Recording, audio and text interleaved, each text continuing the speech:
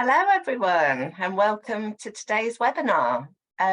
So it's just gone 1 o'clock, so I'm just going to give everyone a chance to join. So whilst the numbers are going up, do feel free to drop into the Q&A box and say hi, introduce yourself and where you're from.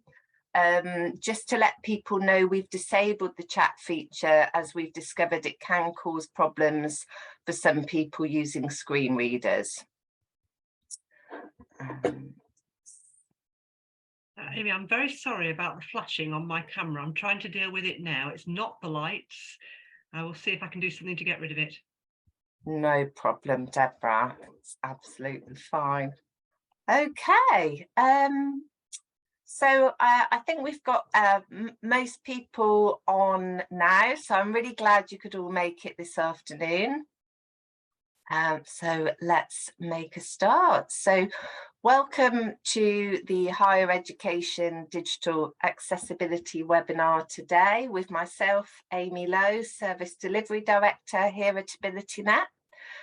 Today we have the pleasure of being joined by Deborah Green, Chief Executive from UCISA, and Steve Thompson, Head of Corporate Marketing and Digital at the University of Sheffield.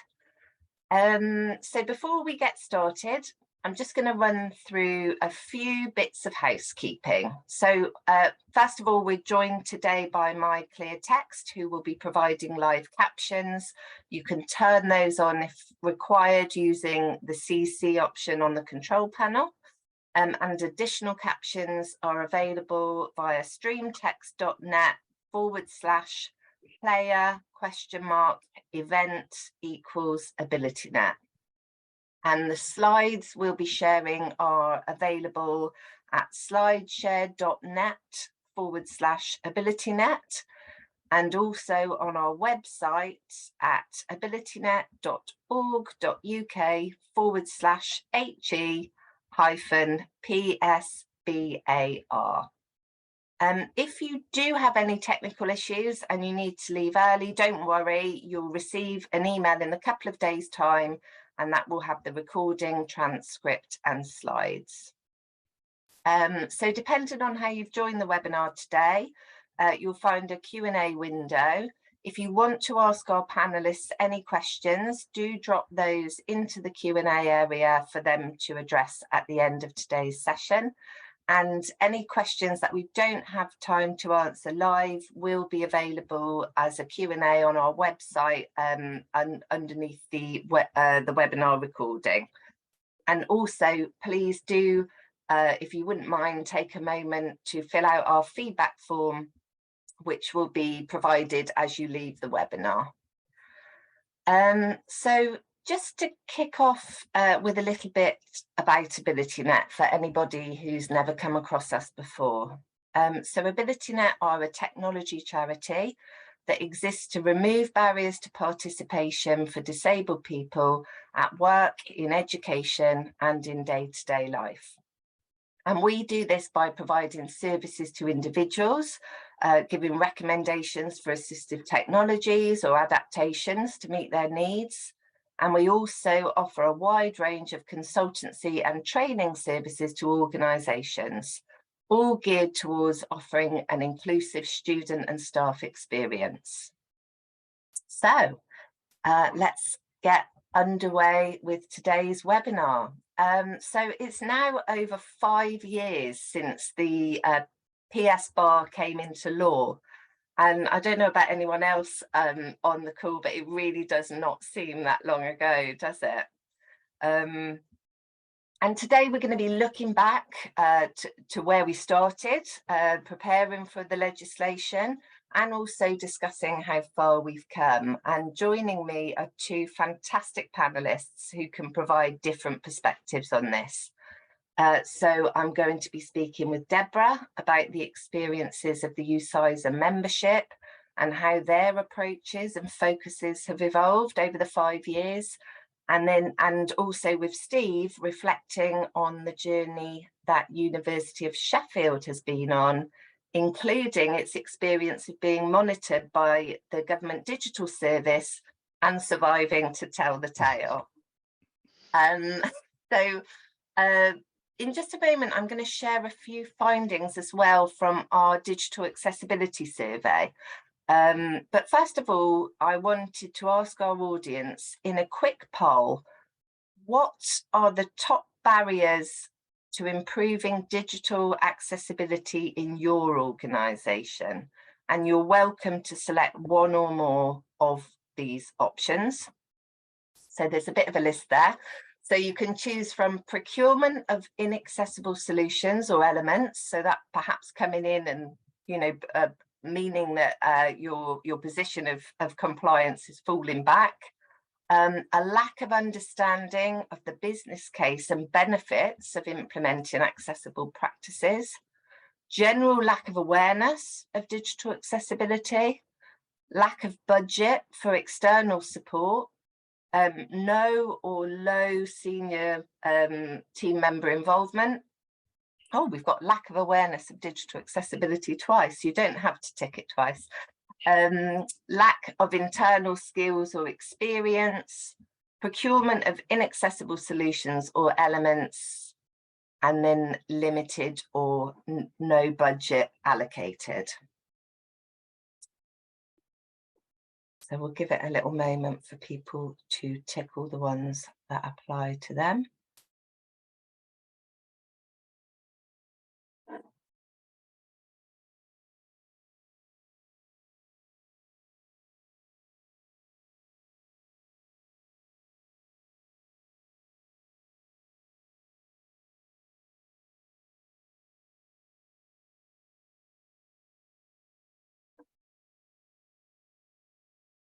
Okay, is it a good idea to close the poll now? Let's have a look what the results have come up. So we've got 53% saying that other priorities are seen as more important. Yeah, conflicting priorities can be a big thing. So lots of people did select lack of awareness of digital accessibility. So between the two instances of that, about 80%. So still a massive gap in awareness, and perhaps that is a little bit around people thinking it's somebody else's job and not really focusing in on that. Lack of understanding of the business case and benefits, 39%. Lack of skills and experience, still at 45% at this point. 41% saying that there's low or no senior involvement, which can be really challenging in terms of moving things forward. Lack of budget for external support, slightly lower at 29%. So perhaps people are devoting a bit of spend to external support, but that needs to be part of an overall programme to actually have a lasting effect, doesn't it? And then procurement of inaccessible solutions or elements has only been ticked by 26%. So that's a good sign, isn't it? Perhaps the procurement departments are starting to close in on that requirement for WCAG compliance. Great, okay. So just moving on to some of the key findings from our attitudes to digital accessibility survey. So we performed this survey in late 2022 to test attitudes to digital accessibility broadly across all sectors. But one of the things we wanted to be able to do was filter the result by sectors to be able to pull out key stats. So here are some of the key stats for higher education, which we'll also be discussing with Deborah shortly.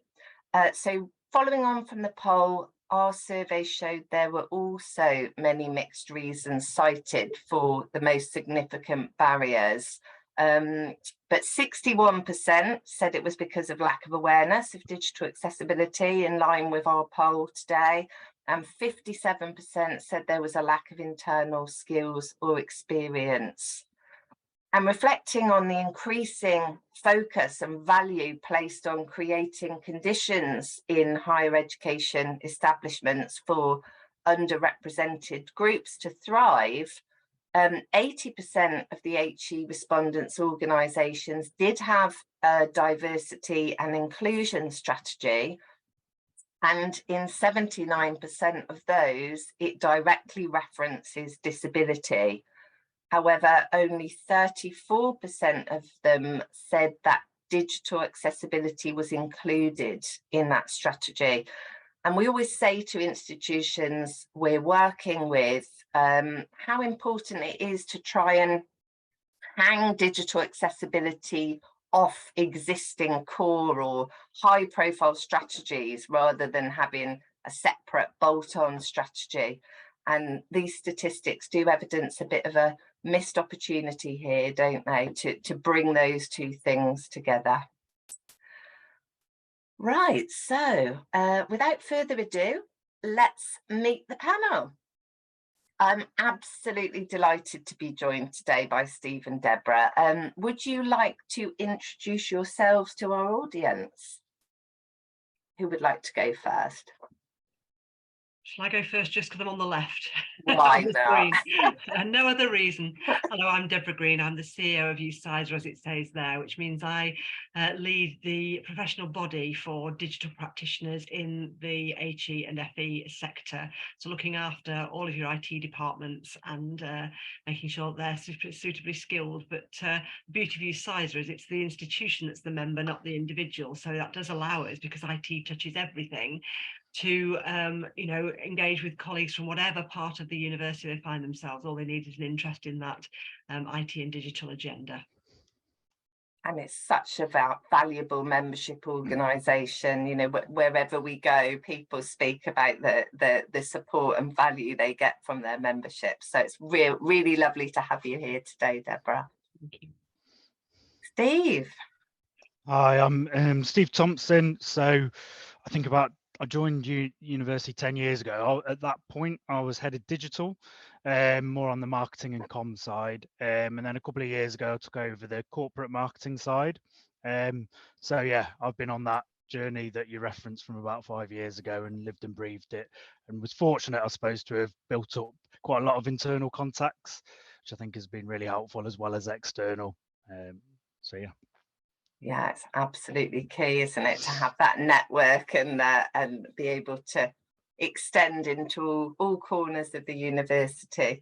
So we're going to start with a bit of a Q&A with Steve.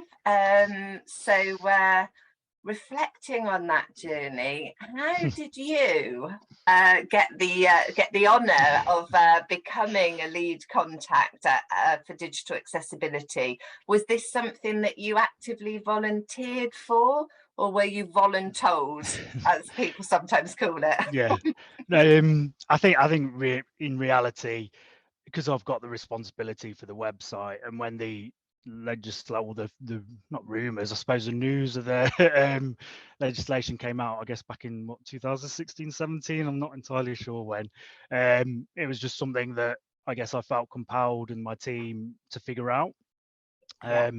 So it was more that I've kind of got to, because it clearly covered areas that I covered, and then obviously it quickly became obvious that it kind of covered everything.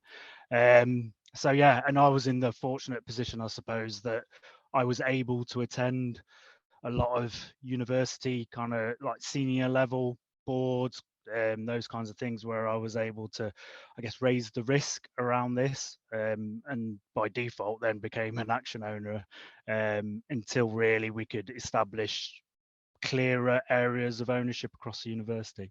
So yeah, that's kind of. It's a very positive, proactive approach. I think some people who identified that they might be the obvious person might have gone and hidden under the nearest table. So hats off to you for that proactive approach. I think it's actually set you in good stead from what we've discussed over the years, definitely. Yeah. So talking about that, what did you and your team do to prepare the university's digital estate to comply with the regulations? Yeah, I kind of feel like this could be a very, very long section. But stepping back, in terms of what I guess I initially did was, again, I felt I had to kind of, because it quickly became evident that it does cover lots of different areas. So I just took the responsibility to set up a working group really around this. So I don't really have oversight of digital learning, that kind of aspect of it. Mhm. But I've got colleagues that I'd worked with and built relationships up that did. So I included people like that. Areas, the more technical areas of IT. I don't work in IT, but work very closely with them. So brought in area people, representatives from that. A few other areas from our kind of disability and dyslexia and kind of group. Head of that. So just brought all the people I could think might have might have an interest together to try and work it out. To be honest, that was probably the first bit and the most important bit, and that lasted for a few years actually. Just going through, working out what we might do, tools we might share. So we, I think we implemented Ally, sorry, or I think it's called that. But more in the Blackboard virtual learning space. Mm. Whereas actually it wasn't wholly appropriate for us on the CMS. So it was more things like where could we make some improvements initially and begin to get things up to speed. And then that group, and I guess the role I played was probably trying to be that internal champion as much as possible. And if we needed money, trying to get money, that kind of thing. Yeah, so I think that's probably the initial bit in terms of preparing, and then it was just lots of other different things to actually try and start to improve that. I guess the experience across the whole digital estate. So we did things like understanding the problem in the first place. So we obviously worked with yourselves to do an audit of our starting with our website, and I think there was an audit that might have been using Ally, sorry, on VLE to understand the Yeah. scale of the problem. So I think there was that initial auditing, understand the scale, and then start to work out how a mixture of technology and then expertise and possibly money might help us solve the problem. So that's kind of one of the big strands. And then as we got better at it, I started getting it into principles. Like I was managing a big web migration project, so I got it into the principles of the project, accessibility. And then things like raising the risk. For me, one of the big things in terms of a university or big complex organization is raising the risk around things and getting it into as many different places as I could as a risk. Because whether you like it or not, at least here where I am, senior people tend to understand that language of risk. So, and at the time, obviously, we didn't really know what the extent that risk might be, but we just had to outline that actually this kind of covers everything, and legislatively, it could be quite serious. So yeah, started doing a lot of that, and then over time, in terms of preparing, I guess, almost like we began to get more leaders or more expertise built up. So just kind of championing and supporting other people to go out and become leaders in it and do things. So I had members of my team, one here today, that became a bit of a lead on like working with user testing and building up a network of disability champions, as we call them, to help us with user testing as one strand.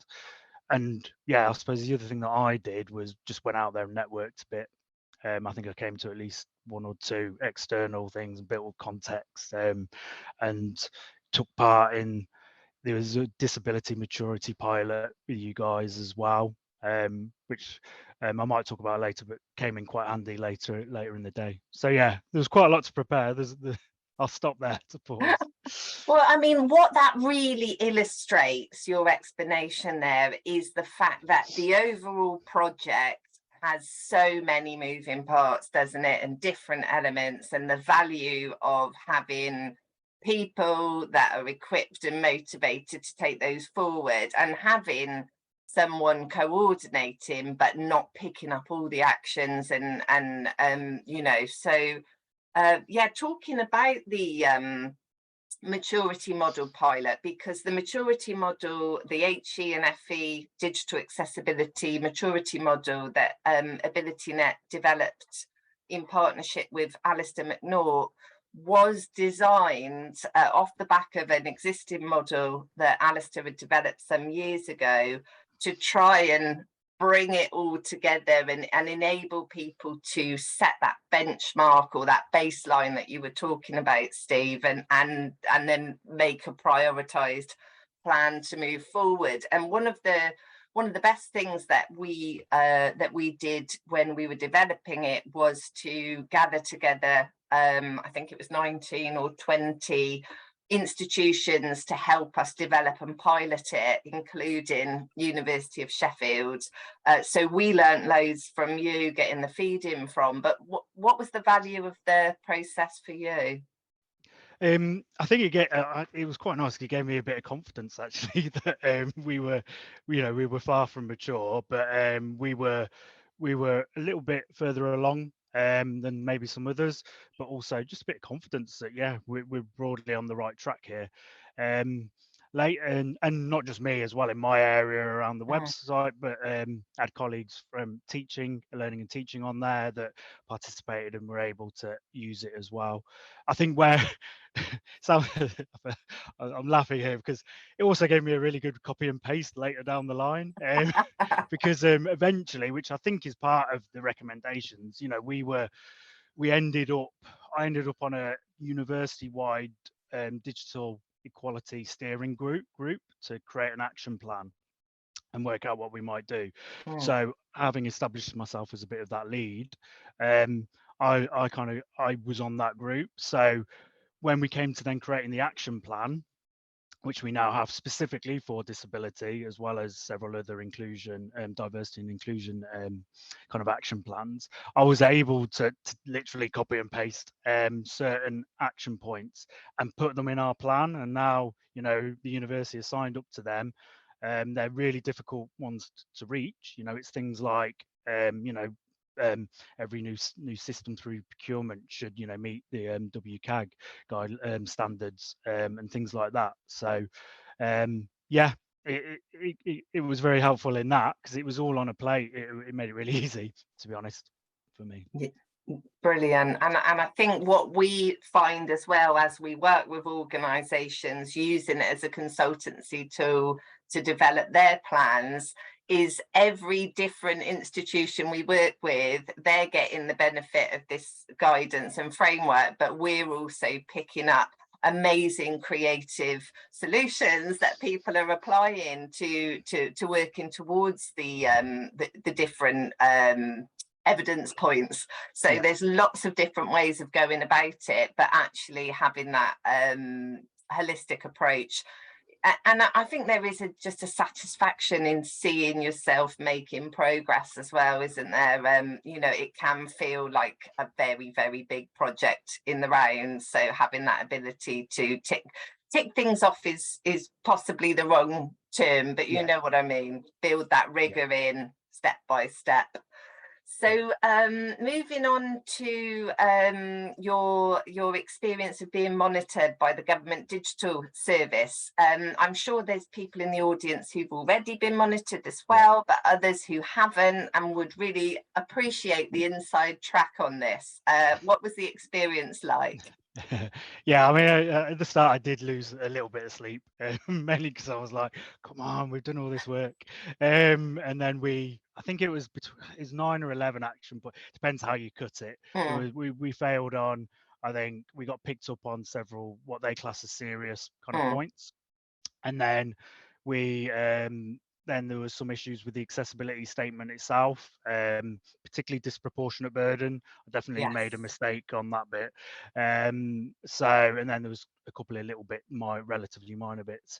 So yeah, it kind of started with getting an initial response back after 7 days. So I was my reading of it, you can't do everything all at once. So my principle was always, we need to make sure it's easy for somebody to get in contact with us if they need something in a digital format or something, where they, just so there's a central point in the uni, because it could be any system they need help with. But if there's one clear point, what that meant is that the audit, the email went to that email address with the findings and said, you've got 7 days to respond, acknowledge really, and respond to the initial findings. So obviously we were lucky because we picked that up straight away.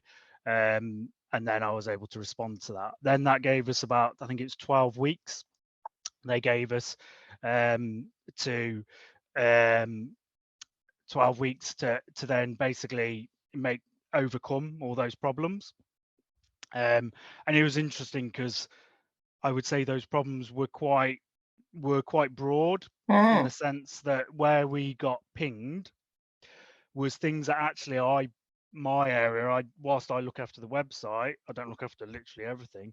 But what I found interesting was PDFs got picked up because our minutes were the minutes of our exec board were picked up as not being fully accessible. There was a form on an open day booking, but that's supplied by somebody external, I think called Gecko. So the Right. way we'd set the format, there was an issue with an image, there was an issue with the questions and the ordering. So, you know, these are all bits that are well outside my remit and responsibility. So actually we had to go and liaise, you know, have some tricky conversations, but also liaise with kind of other suppliers to try and get things fixed. Luckily, you know, because we didn't have too many other serious issues, and the team were already well versed in it from the other kind of medium, I'd say, kind of issues that we had, they were relatively easy to fix. And then it left me to kind of work with those suppliers or contacts to get them resolved, which fortunately they did. And so now our minutes are done actually as web pages rather than PDFs, and we've been able to kind of, I don't like this phrase, but educate an area of the university in doing accessible PDFs, which was a bonus really. And then the other bit, I did talk to lawyers. We had about the disproportionate burden. I think in reality, what I'd written originally really wasn't appropriate. I was kind of just I was a bit wishy-washy about saying, oh, you know, we're making every effort kind of thing. But actually, it's a very legal thing, the disproportionate burden. And I ended up using a format, a clear kind of format for it to say, because we're migrating, we haven't done anything. But I think I got myself tied up in worrying about how am I going to explain why we haven't done the whole estate kind of thing. And I got myself in a mess. Whereas, to be honest, I think I should just not put anything about that. And if there was a specific area that we knew we couldn't do something and was genuinely disproportionate burden, then yes, we should put the form. But otherwise, I should have just left it. So I just kind of got spoke to lawyers to understand, you know, if what I was kind of, my approach was appropriate, and that was fine. But you know, those were the different areas I had to kind of cover off. Gosh, so it's really broad, but actually it sounds like, although it must have been quite a stressful period of time, it did allow you to go and actually actively address some key things that have been made better. You know, all of those adjustments that you've made is all feels like in the round is quite positive, isn't it? Yeah, the bit I was nervous about was, okay, we make these updates to these PDFs. What's going to happen after that? You know, because I know, hand on heart, there's hundreds of other PDFs that won't be, you know, accessible. We didn't get a follow-on order. You know, we made, you know, I stayed in regular contact, say keeping them updated on the plans, because I wanted to give that impression, as we do, that we were taking this seriously. And so they kind of warmed up. They were very, I'd say, straight down the line at the start, and then they warmed up a bit, I think, in some of the later emails. But yeah, they didn't. They just said, "Yeah, we're comfortable with this. We won't make a recommendation to take it any further." So yeah, luckily, well, not luckily, you know, that's the way it played out. So. Great. Well done. It sounds like it was, lots of work. And as you say, it's not just practical work, it's influencing, it's getting hold of the right people, it's helping them understand how important it is, and that all takes time and skill. So hats off again to you. So looking forward, what are your future ambitions and plans in this area? It's a tricky one, because so in terms of plans, the things we are doing is, you know, I'm fortunate, I've got a kind of digital trainer role in my team. So we've now got the ability to prioritize some accessibility training, particularly for our CMS editors, but also thinking about how to create accessible documents.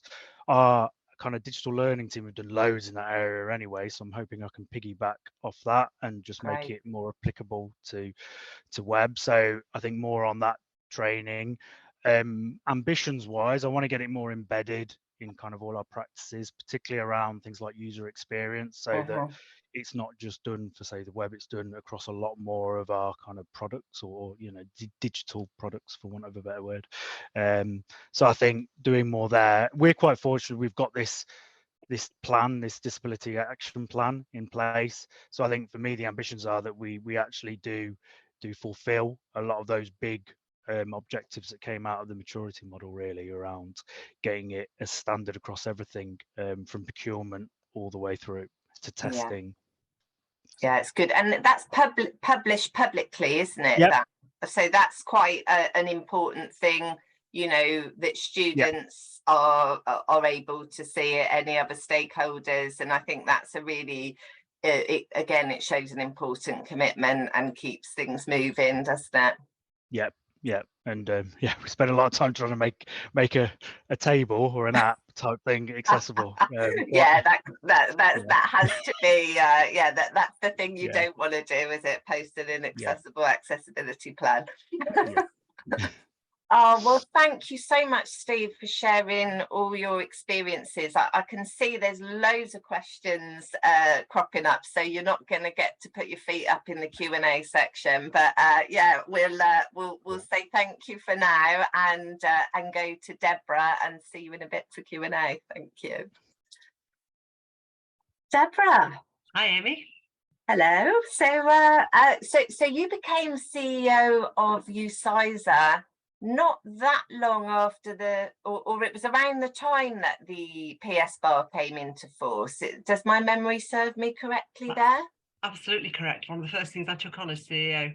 That's right. And so obviously you were getting your feet under the table, and this sort of came across your desk, as it were. How did you and UCISA go about supporting your membership to react and reach a state of readiness to comply with this legislation? Well, our role really at that time was, I suppose, to facilitate and orchestrate the conversation for the sector. And so we were lucky enough to be supported by some great colleagues. We were talking earlier before the session started about how great this sector is at sharing its experience. And so back in September 2019, doesn't that sound a long time ago, Fiona Strawbridge from UCL wrote a briefing which we publicised and sent to all sector CIOs and IT directors and some vice chancellors, all about the public sector accessibility regs. And that became, I was happy to say, one of the go-to resources at the time for our members, because it set out very clearly what was necessary. But in fairness, that was just the start, because we very soon realised that if universities were to address these regulations in a long-term, sustainable way, they needed an accessibility policy and to adjust their processes, really, so that accessibility is considered at every stage of the HE life cycle. So what we found, or colleagues found, was that W3C had a very useful generic pathway on that topic. I could recommend it to people.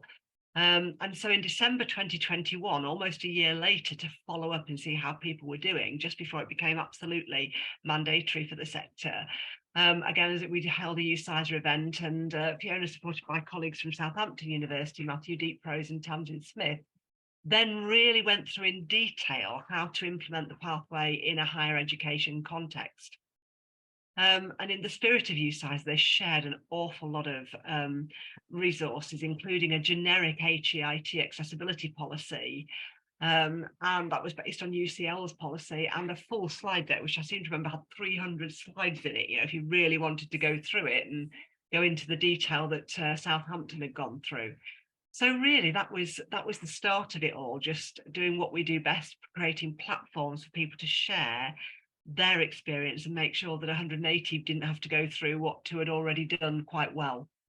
Definitely. And I remember that briefing that Fiona put together was just exactly what people needed at that moment in time. And I'm willing to bet our Matthew is in the audience today, but again, a fantastic sharing advocate of information and guidance, just incredibly open-handed in that respect, as we find with so many colleagues in the sector. So obviously attitudes change, don't they, over time? So I think a lot of people's minds went straight to the compliance requirement and the risk and the legal side of things when the news first broke around the legislation.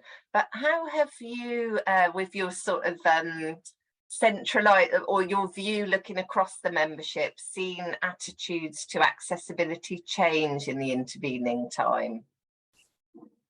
Well, I suppose whilst we, of course, welcomed the legislation at the start, I was certainly concerned that many universities might comply with the letter and that the spirit of the legislation might get rather lost along the way. And I seem to remember my hope at the time was that we could get to a stage where we made everything more accessible just because it was the right thing to do, rather than because it was mandated by statute. At the time, that seemed like, quite a far off wish, I suppose I could put it that way. So how do I feel now? Well, I'm pleased to say that 3 years on, I think I'm beginning to see that change happening right across the sector. And in a way, Steve's already spoken to that. I do feel that accessibility has been embraced much more fully, and that the focus has widened to diversity and inclusion in all its forms. And it's a better debate for that, because it widens that debate, and there's a point of interest for most people. Then they can identify with this agenda, and it's personalizing it that makes it real for people. And I suppose the growing partnership between AbilityNet and UCISA is evidence of that. Like, you were our partner on that very first event back in 2019. And it's now rare for us to run a face-to-face conference without some element of accessibility, diversion and inclusion on the agenda. So it's a perennial topic now. It's something that's just part of the ongoing conversation, which I think is great. And you've spoken yourself, Abby, at many of these events that we run. And what I'm pleased about is, as you've done this morning, the conversation is now turning to the maturity of the models that were begun back in 2019 and how institutions can do more. So for me, that's a really far cry from 2019, when sadly, many of the conversations were about the cost to the sector. What was the minimum that could be done to assure compliance? I do really feel we've matured and moved on from that position. Yeah, it's great, isn't it? I think a lot of the time, starting these conversations and the work that people have done to take it outside of silos and bring groups together, as Steve was saying about his working group that had people from across the institution. And again, as you say, Deborah, bringing the people into the middle of it, because accessibility is not just about technology, it's about people, and it's about equity and all of those things that is very, very held and prized within the sector. So I think that joining the dots there is one of the most exciting things that's happened in recent years, isn't it? Yeah. So it wouldn't be, we never get away without mentioning the P word, do we? What role do you think the pandemic has had in driving this forward, but perhaps also in hampering progress for some people? I don't think we should not mention the P word, actually, because I think the pandemic was a great leveller. We all learned almost overnight that it was possible to quickly adapt to new ways of working, and that we could work from anywhere. And I would like to think that broke down some barriers, particularly for those with physical disabilities. Because those of us who perhaps hadn't really thought about it much before had our eyes absolutely opened to what tech could do for us, and how easy it was to work despite constricted circumstances, if I can put it that way. And so in that sense, we all became much more comfortable with using technology. Some of the barriers that have been plaguing education were just swept away overnight. Lecturers saying, well, I couldn't possibly lecture or via Teams. All of a sudden had to do it, and actually found they loved it, and it opened up new ways of teaching and learning. And because we were all using it, suppliers worked much harder to make the tech intuitive and easy to use. But if we sort of widen that out a bit further, Amy, I also think there was a much greater focus on mental health during the pandemic. And that became a topic that could be just openly talked about at daily team meetings and briefings. We all talked about how we were feeling. So again, another way that all of these things that were perhaps a little bit taboo, we didn't talk about, just became completely normal and natural, as they should be. But I suppose the most important thing for me that it did was it ended that really prevalent attitude of presenteeism. Yeah. It was proved across the world that people could not only be trusted to get things done without supervision, you know, watching them in the office, but that in many instances, productivity absolutely thrived. So I'd like to think all of those things broke down barriers and preconceived ideas to what normal was like. And I hate to use that word. When I'm talking about this stuff, I always worry I haven't quite got the right language, or I might not be quite PC about it. But I'm going to be very bold and say it sort of took away the us and them. We were Yes. all in a boat together. And, you know, I lived in this chair, as some people live in a different type of chair. And I managed to run a whole business from it without any difficulty. And so if we did have colleagues or even ourselves, some inbuilt, perhaps unconscious bias that certain things, you know, weren't appropriate for people with certain levels of disability, it swept it away. And I'd like to think we're just a much more open society as a result of it. Oh no, I would agree with all of that, definitely. Yeah, some very, very important points, and you know, I don't think, well, I always say, you know, we'll look back in years to come when we talk about this period of how much was accelerated in terms of how we do things, but also how we think about things, and it will be talked about for generations, won't it? It was a complete game changer, wasn't it, Amy? It's changed all of our attitudes. I find my attitudes to a lot of things have changed. And particularly now, you know, I thought it was hugely important to be able to travel to meetings and be everywhere. Now I meet thousands of people from this chair and this screen every single year, and I never move. Yeah. So, you know, I'm lucky. I can if I want to, but if I'm not in that lucky position, it's just as accessible to everybody, and they can, you know, anybody can hold down, you know, can manage this type of work. So it's just an eye-opener for everybody, and I'd like to think we've all moved on. I actually couldn't think of a way in which in my arena it had improved, it had hampered progress. I couldn't think of a single example. I'm sure in the chat we might see things. Yeah. There we go. Oh, somebody's saying they're trying to find the resources and that the links are empty. I will attend to that immediately after the meeting and see what I can do and see if we can add any more. My apologies, Catherine. I'll try and deal with that as soon as we finish. So just going back to one of the findings in our survey, actually, because a lack of leadership, focus and commitment is still coming through quite strongly in the survey from the back end of last year. So how do you think this could be addressed? Well, again, I think the survey showed that there was a real disjoint between the leadership teams who really felt genuinely this was an agenda they were committed to, that they were supporting real change. And I've sat on those leadership teams and had that feeling myself, so I can endorse that from, you know, personal experience. And then the disjoint came with the feeling on the ground, as it were, from staff. And leaders, therefore, clearly believe they're being proactive and they're making a difference. But that doesn't seem to be the experience of their teams.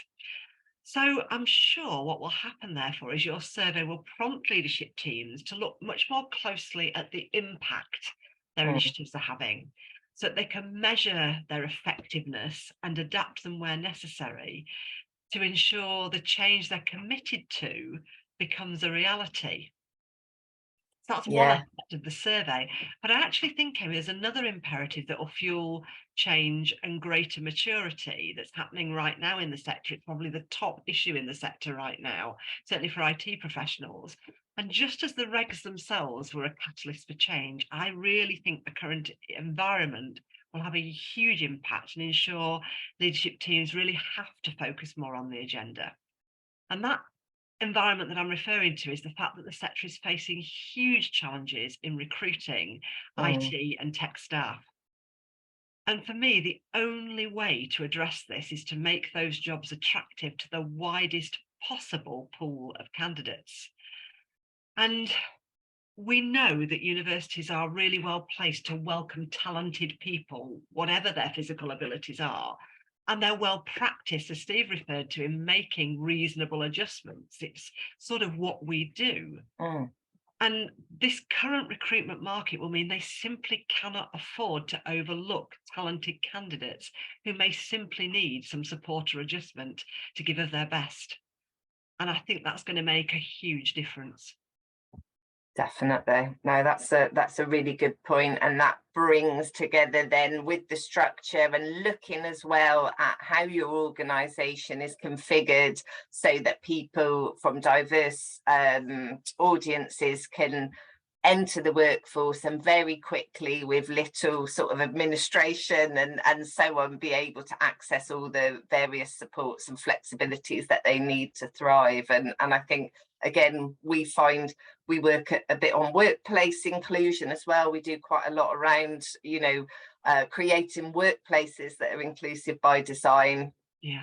And looking at it that way, where rather than dealing with people coming in on an individual basis and how can we support you, actually thinking about what are the ways that we work that could exclude certain people and just address that at source is actually really efficient and tends to make for a more enjoyable, flexible working environment for everybody.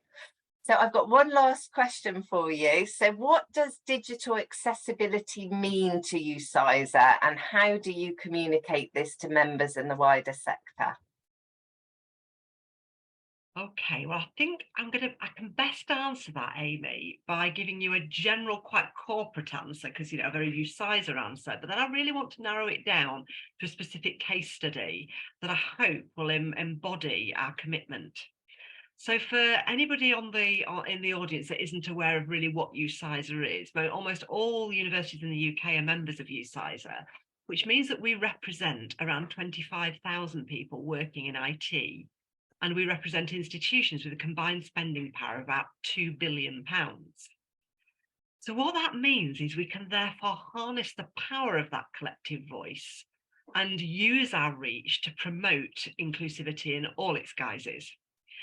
So we do the things you'd expect of a professional body. Of course we do. We offer practical advice and guidance, as we discussed at the beginning. We do things and give people tools, and hopefully they're accessible via our website. We'll sort that out later. We actively encourage the sharing of best practice through our webinars and conferences. We've talked about you presenting at that. And then last year, we set up our Diversity and Inclusion Task Force with a real focus on forging strong partnerships with others who are expert in the field, like AbilityNet, and to use our platform to provide them with a platform to reach, to inspire, to challenge our membership, to do better and be better. And we're building a really strong events program on that topic as a result. So we keep that conversation we started in 2019 alive. But again, there were some questions in the chat earlier about suppliers and products, and that combined spending power of 2 billion gives us the ability, as UCISA, to lobby suppliers who are not providing strong digital accessibility in their products. Somebody said they were staggered that they, are just, it's just not baked in. And so we can now start to insist on the sector's behalf that they do more and build accessibility in as standard. And we are using that power. We're currently involved in at least 3 interventions with major suppliers on exactly that agenda. Brilliant. But then I want to sort of bring that, because that's all very theoretical. You'd expect that, wouldn't you? And that's a very, CEO answer. But I suppose, as we said, it's all about people, isn't it? So what do we do as a team to bake accessibility into our process? Because UCISA is its members, and you've heard from Steve, one of our members, what they're doing. What do we, as our tiny team of 12 who sit at the heart of UCISA Secretariat, do? Well, first of all, we're not doing terribly well in terms of our accessibility. Anybody that's been on our website and have tried to book for one of our events knows it's really not as accessible as it could be. They're outdated, and what we found is they're really hard to reconfigure because the technology is so out of date. We're not technically subject to the regulations, but we are absolutely committed to adhering to them nevertheless, because all of our members have to adhere to them. So the first thing we've done is, I'm delighted to say that our Board of Trustees have signed off just in December They're going to invest well over £250,000 in full business systems review, and all of our systems are going to be renewed. You know, we're going to have completely new CMS, new CRM, everything, which will meet all of the accessibility criteria. So we're investing in this area in just the same way that our members have been forced to invest. But it's about so much more than that to us. And one of our events at the end of last year, an incident really brought this into sharp focus for us. We had a blind delegate register to attend one of our events at the end of last year. And very sadly, this delegate had asked the hotel for help. She really thought she only needed help in getting down from her bedroom into the conference each day and getting back up there at night. And the hotel declined to help her. Well, that was good news for us because she came to us and we looked at how we could best support her as a full team. The whole team debated this. And I'm a bit ashamed to say that we started, like I'm sure most people will, and I'll fess up to it, from a legal viewpoint. You know, what were our obligations and what liability might we incur if we tried to help someone? But I'm very pleased to say we've very swiftly moved on from that and started to look at what we could do to ensure this delegate had as close to the same experience as all other delegates that we could possibly manage. So we put 4 of our staff members, we're only 12 of us, through sighted guide training. And we really thought about what, from all the surveys we do at the end of these things, our members really valued from attending events. And one of the things we hit upon was networking is probably one of the key benefits of our events.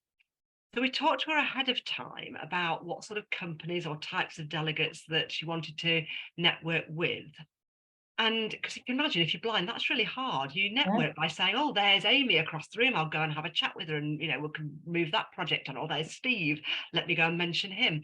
So we really got a list from her of either people that she wanted to meet or types of things she was interested in. And we actually actively sought out those people and those opportunities for her to engage. She even went on stage at one point to participate in an exercise that was going on the stage. And as a result, we all had so much more, a much richer experience. And we're now determined that anyone attending our conferences will receive the support they need to make the very best of that opportunity. And so I suppose, what did we learn? We learned that regulations and processes and initiatives are all really important. But this experience really reminded us that best practice is about people. And at heart, it's about treating people the way we'd all like to be treated. So we're determined now to look at this agenda through that lens from now on. Oh, that's great to hear the like you say, the practical elements and the you know, the corporate response, but also the human beings inside that. And I think yeah, it's really, I read the blog written by your delegate, which really brought to life the impact of the considerations you built in. I can't believe how the time is flying by. We've got various questions in the Q&A box. I don't know if my my lovely colleagues, I'm rubbish at multitasking. If anyone's come up with some specific questions they were thinking to put to our panel from the Q&A box. Put you on the spot now, haven't I, folks? I'm just having a scroll through. I'm seeing a few saying, can we lobby this person or that lobby? Please do email me and I'd be very happy to look at some of those things. We can see if there's a real will. We have done quite a lot of work with a number of suppliers. I'm not going to name them in a public forum like this, but we, you know, if there's enough members that are experiencing problems with the accessibility of products, we're more than happy to take that on.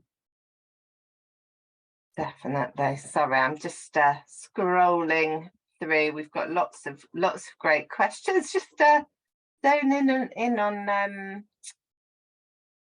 So this isn't.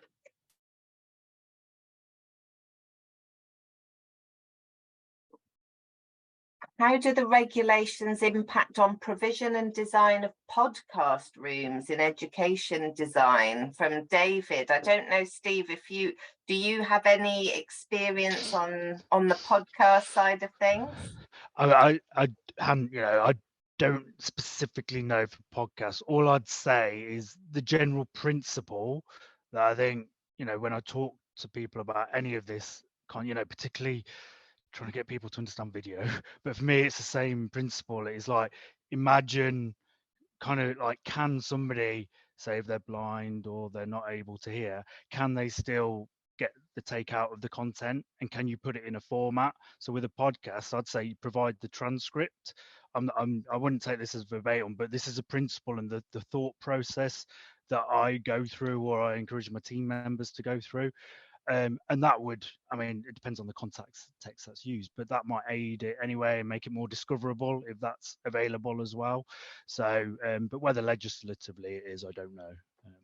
Yeah, I think the transcripts are really important, aren't they? And we were actually with Google the other day at their new Accessibility Discovery Centre that they've recently opened, and they were talking about how in Chrome you can turn on the captions to support a podcast. So perhaps having an accessibility statement on your podcast spaces that indicates, you know, use of specific browser and features could be the way to address that. I've got another one here from Mary asking, what processes do you have in place to ensure that content posted is accessible prior to it going on to systems? So she's noticed that Blackboard Ally identifies different accessibility issues to the Microsoft Accessibility Checker. And yeah, Mary, I think these checkers as well can only do so much. As you say, some of it needs to be done manually. I don't know whether, Steve, you're close to that team that are posting learning content. Yeah, I'm less close, so I'd struggle to give more. But just a general point there around, I think it's really helpful to have something in context like Ally, and we're looking at, there's a potential plugin we can get for RCMS, which is Drupal. So we might be able to take something, because I think if you're expecting somebody to go to something separate to check it, they're not going to. So, but they only go so far, you know, whereas if they can do it in context, we don't have, and also just from a scale perspective, to check we're quite decentralized, check every bit of content. I think it's really hard to do in practice to scale that. So hence we end up, from a process perspective, we have to focus loads on training at the end of the day and making sure people are trained. It's far from ideal, but I think it's the most realistic in terms of how you scale something like this. And this is a big challenge with it. It's a mixture of technical expertise and content expertise. And that's why it's so hard for an average kind of person creating content to make it, you know, like publishing content to make it, because it's quite a challenging skill set. Yeah, and I think it is about communicating the why through training as well, isn't it? People are much more likely to really internalize that learning when they know who it affects and what the difference is. So I think that's a really key point.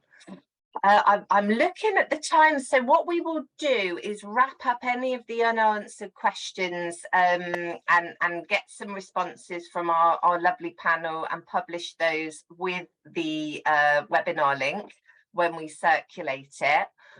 Just a few more items that might be of interest to you about upcoming training. Well, that was a good segue, actually, wasn't it, Steve?